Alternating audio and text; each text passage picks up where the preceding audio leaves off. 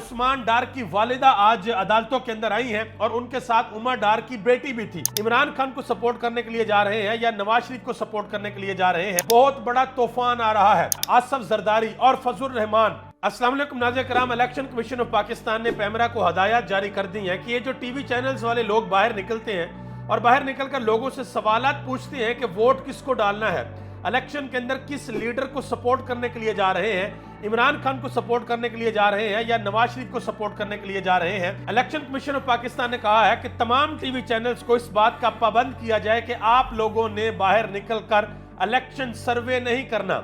उसकी वजह क्या है? वजह उसकी ये है कि सब लोग कहते हैं कि हमने वोट इमरान खान को देना है, सारे ये कहते हैं कि वोट इया का नाबुदू व इया का नस्तईन वाले का है। सबकी जुबान पर यह है कि वोट उसका है जिसने हेल्थ कार्ड दिया। तो इलेक्शन कमीशन ऑफ पाकिस्तान को यह लगता है कि इससे मामलात खराब हो रहे हैं, पाकिस्तान मुस्लिम लीग नून को एक नुकसान हो रहा है, यानी कि लोगों की जो राय है वो सामने आ रही है, तो नून लीग को नुकसान हो रहा है। ये इलेक्शन वाले दिन लोग इनको वोट नहीं देंगे। तो कहा गया कि जी आपने इलेक्शन सर्वे नहीं करवाना। अभी सिर्फ 2-3 बंदे बाहर निकले थे। एक मुनीब फरूक के इलेक्शन सर्वे अभी आया था, एक हबीब अकरम के इलेक्शन सर्वे थे और मंसूर अली खान ने किए थे।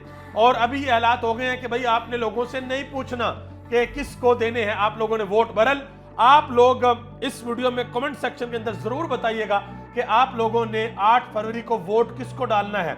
आपने मोहर शेर पे लगानी है, बल्ले पे लगानी है, तीर पे लगानी है या किसी और इंतखाबी निशान पे लगानी है, कमेंट बॉक्स के अंदर आपने जरूर बताना है। इसके अलावा एक और बड़ी अहम खबर है, वो अब तक पहुंचानी है, वो है सुप्रीम कोर्ट ऑफ पाकिस्तान से। और वो खबर ये है कि पाकिस्तान तहरीक इंसाफ ने जो दरखास्त दी थी कि हमें लेवल प्लेइंग फील्ड नहीं दी जा रही, वो दरखास्त 3 जनवरी को समाअत के लिए मुकर्रर कर दी गई है।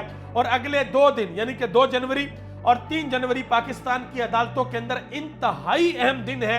इन अदालतों ने फैसले करने हैं। इन्होंने फैसला करना है कि नवाज शरीफ की जो ताहयात नाअहली है क्या वो बरकरार रहेगी या उसको खत्म कर दिया जाएगा। इन अदालतों ने फैसला करना है कि पाकिस्तान तहरीक इंसाफ के 95% उम्मीदवारों के जो कागजात नामजदगी मुस्तरद कर दिए गए थे, क्या वो लोग इलेक्शन लड़ेंगे या नहीं लड़ेंगे। इन्हीं अदालतों ने फैसला करना है कि पाकिस्तान तहरीक इंसाफ के पास बल्ले का निशान होगा या नहीं होगा। सो पाकिस्तान तहरीक इंसाफ के जो वुकला हैं उनकी पूरी कोशिश है, पूरी तैयारी है कि कल की डेट में जो अपीलें हैं वो फाइल कर दी जाएं ताकि लोगों के कागजात नामजदगी जो गलत तरीके से मुस्तरद किए गए हैं, जिन पर जो एतराज लगाए गए हैं, बड़े अजीबो गरीब किस्म के एतराज हैं, वो सारे के सारे कागजात नामजदगी मंजूर किया जाए। उसके अलावा एक और अहम बात आपको यह बता दूं कि एतजाज अहसन ने बड़ा बयान दिया जी, नए साल के पहले दिन बड़ा बयान जारी किया। उन्होंने कहा जी 2024 में बहुत बड़ा तूफान आ रहा है और वो तूफान इमरान खान के वोटर्स का तूफान है और वो ऐसा तूफान है जो सबको जड़ों से उखाड़ देगा। ये बात की है एतजाज अहसन ने। और हबीब अकरम ने एक बड़ी अहम बात की है, जो इलेक्शन सर्वे के ऊपर पाबंदी लगी है उस हवाले से उन्होंने कहा जी सर्वे पर पाबंदी की फरमाइश एक सियासी जमात की है। इस जमात से नौकरी हासिल करने वाले एक सहाफी नुमा शख्स ने चंद दिन पहले इस मकसद के लिए इलेक्शन कमीशन की अहम शख्सियात से मुलाकात की है। यानी कि मुस्लिम लीग नून के बड़ा करीब है वो शख्स और वो अपने आप को सहाफी कहता है। उस सहाफी ने इलेक्शन कमीशन की शख्सियात से अहम मुलाकात की है और उसके बाद इलेक्शन कमीशन ने यह फैसला किया है कि आवाम से जाकर नहीं पूछा जाएगा कि आप लोगों ने वोट किसको डालने हैं और पैमरा को हदायत जारी कर दी गई है। उसके बाद एक और बड़ी अहम चीज आपको बतानी है कि पाकिस्तान के अंदर बड़े बड़े कालम नगार हैं जो इस वक्त 2 बातें कर रहे हैं। वो कहते हैं जी अगर साफ और शफाफ इंतखाबात हुए तो इमरान खान ये इलेक्शन जीत जाएंगे और अगर इमरान खान ये इलेक्शन जीत गए तो फिर न जाने मुल्क के अंदर क्या होगा। ये अंसार अब्बासी साहब ने लिखा, मैं आपके सामने रखता हूं। कहते हैं कि अगर इंतखाबात साफ और शफाफ अंदाज में करवाए जाते हैं तो मुमकिन तौर पर 9 मई वाले इक्तदार के अंदर आ जाएंगे, यानी कि इमरान खान की पार्टी को कह रहे हैं 9 मई वाले। उसके बाद लिखते हैं कि अगर इंतखाबात मौजूदा अंदाज में आजादाना करवाए जाते हैं तो शायद पाकिस्तान की तारीख के सबसे ज्यादा इंजीनियर्ड इंतखाबात होंगे जिसमें अक्सरियत को अकलियत और अकलियत को अक्सरियत में बदल दिया जाएगा। ये वो लोग हैं जो बेसिकली क्या कर रहे हैं, ये डरा रहे हैं कि भाई इमरान खान को नहीं आने देना वरना वो पता नहीं क्या कर देगा। आगे आ जाइए, एक और बड़ी अहम खबर है, उस्मान डार की वालिदा आज अदालतों के अंदर आई हैं और उनके साथ उमर डार की बेटी भी थी। तो दोनों ने मीडिया के साथ गुफ्तगू भी की है।